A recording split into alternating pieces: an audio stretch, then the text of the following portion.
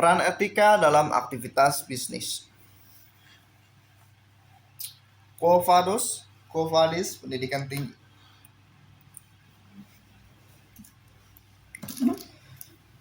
Meningkatnya jumlah pengangguran, yaitu meningkatnya jumlah pengangguran sarjana yang signifikan dibandingkan dengan posisi tahun-tahun sebelumnya, tidak hanya disebabkan para sarjana yang masih pilih-pilih pekerjaan, tetapi juga disebabkan mental yang tidak kuat sehingga mereka takut untuk berdikari menjadi seorang wirausaha. Hal ini mungkin saja dikarenakan latar belakang orang tua mereka yang biasanya kaya, sehingga malu kalau bekerja sebagai buruh panggul atau memulai usaha dari bawah. Itulah sebabnya banyak sarjana yang menganggur, sedangkan lulusan lain seperti SD hingga SMA tetap bekerja, meski pada pekerjaan apapun.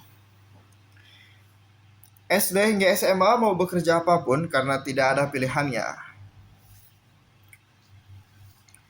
Sedikitnya yang menganggur di golongan ini karena pemikiran bahwa mereka ini harus kerja, apapun pekerjaannya.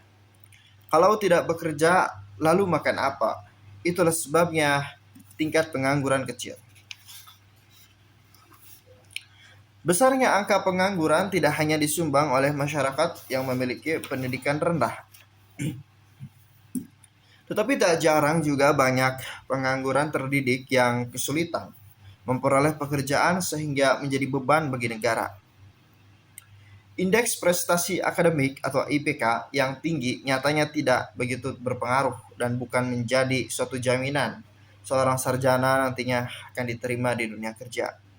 Jika tidak memiliki keahlian khusus yang menjadi faktor penarik bagi perusahaan untuk merekrutnya.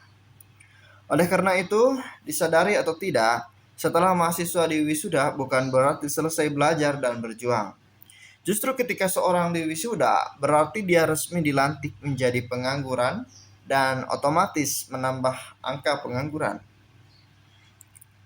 Istilah wisuda bahkan sekarang sering diplesetkan menjadi wirojeng susah damel atau selamat susah dapat pekerjaan. Setelah diwisuda inilah, para lulusan mulai berusaha agar mendapatkan pekerjaan yang layak untuk masa depannya sendiri. Entah itu 3 bulan, 6 bulan, atau bahkan berbulan-bulan, dia akan melepas status penganggurannya itu.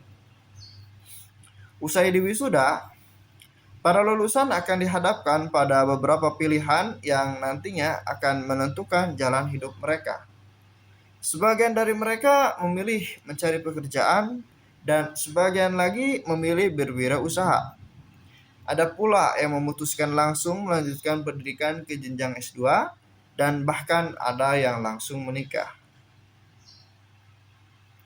Untuk mengatasi permasalahan ini diperlukan upaya membangun link and match antara pemerintah, dunia usaha, dan perguruan tinggi yang lebih optimal. Selama ini ketiga sektor itu sudah terjalin, namun terkesan masih berjalan sendiri-sendiri. Padahal perguruan tinggi maupun dunia usaha saling membutuhkan.